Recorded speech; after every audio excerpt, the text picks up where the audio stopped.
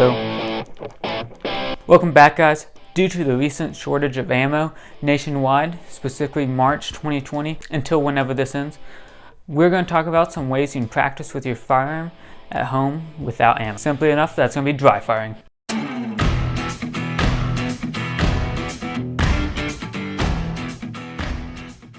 So here we have a CZ P10C. Firearm is empty, no magazine, no round in chamber. So what is dry fire? Dry fire is simply working the gun without any ammo. Dry fire. We're doing the same process as we would with live ammo, except dry.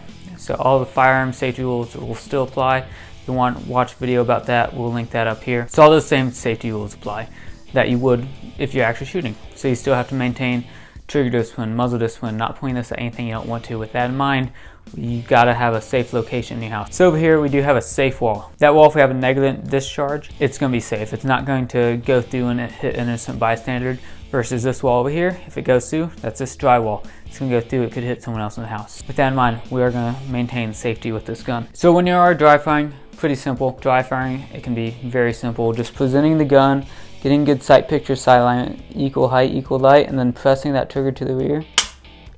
And then reset the trigger, pressing it to the rear.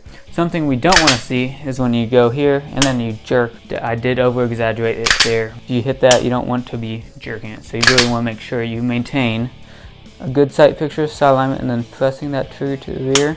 And that way you can really work on that trigger manipulation, working on your sight, working on keeping your good sight alignment, sight picture on that target while you have a good trigger press that whole way. If you're doing this at home, you're the only one in the room, don't cheat yourself. If you know it's bad, do it again. So you're not competing with anyone, so it's really your responsibility to make sure you're actually getting good reps in. So something simple you can also do is put up post-it notes as targets. These here, they're gonna be smaller than that A-zone box on an IPSC target or those high center chest shots. So you can put these up, use them as dry firing targets. You can use them as dry firing targets. The size on them is pretty good. They stick to the wall very easily. They don't leave residue on the wall, so it doesn't damage your walls. So these are great if you're just weighing some targets you can put up when you practice moving your gun. So with that in mind, we got one on the wall, and that's what we're dry firing on this here. Another tip for dry firing is with your Palmer frame striker fired guns. When you press the trigger to the rear, the gun's going to cycle, and then you can reset the trigger. Now when you're dry firing, you'll press the trigger, and now nothing happens. Now you have a dead trigger. So how can you mitigate that? One, you can go spend $100 on a dry fire mag and it will do essentially the same thing. Or if you have a piece of paper, a note card, you can do basically the same thing here, pretty cheap. Just rip off a piece of paper. It doesn't have to be too big. Fold that in half, and now what we'll do is we will reset the trigger. So what we'll do is just pull the slide back just here, and we're going to stick that piece of paper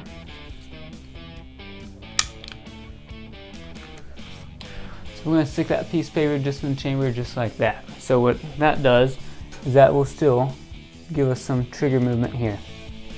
Not a lot, but it's going to be better than just a dead trigger. So it's going to do essentially the same thing as a dry fire mag does, but for a penny instead of $100. And this is something you can reuse this piece of paper, or you can just make a new one every time.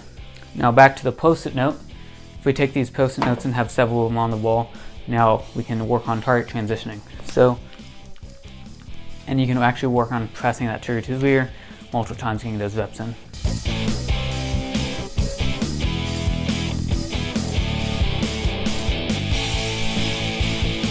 Thank you for watching our dry fire video. If you like the video, please like, subscribe, and leave the comments below. We'll have some more videos here coming out specifically on dry fire. Stay tuned.